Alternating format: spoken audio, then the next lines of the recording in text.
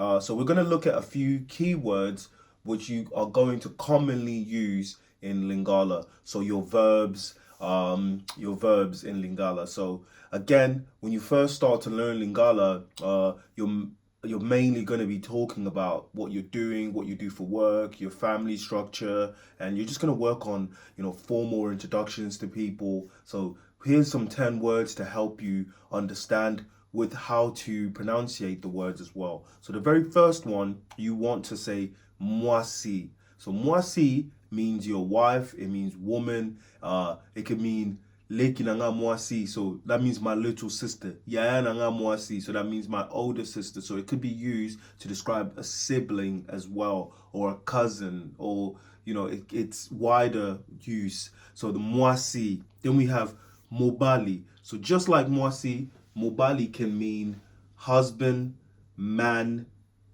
sibling.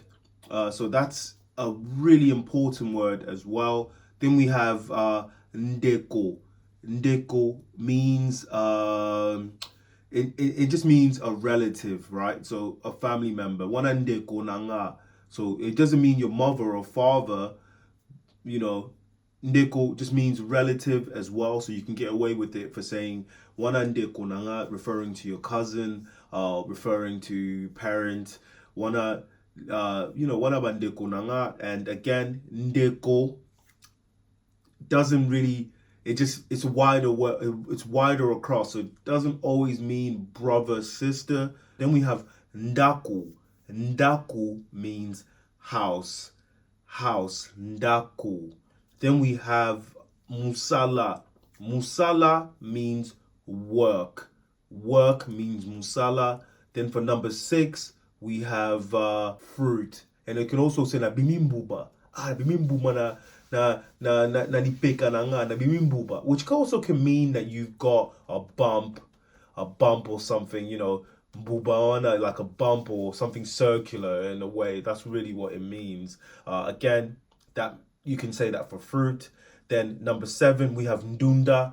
Ndunda will represent vegetable. It can also mean like legume, in French, like your spinaches, your cassava leaves. You can say ndunda. Then we have number 8, we have mayi, which means water.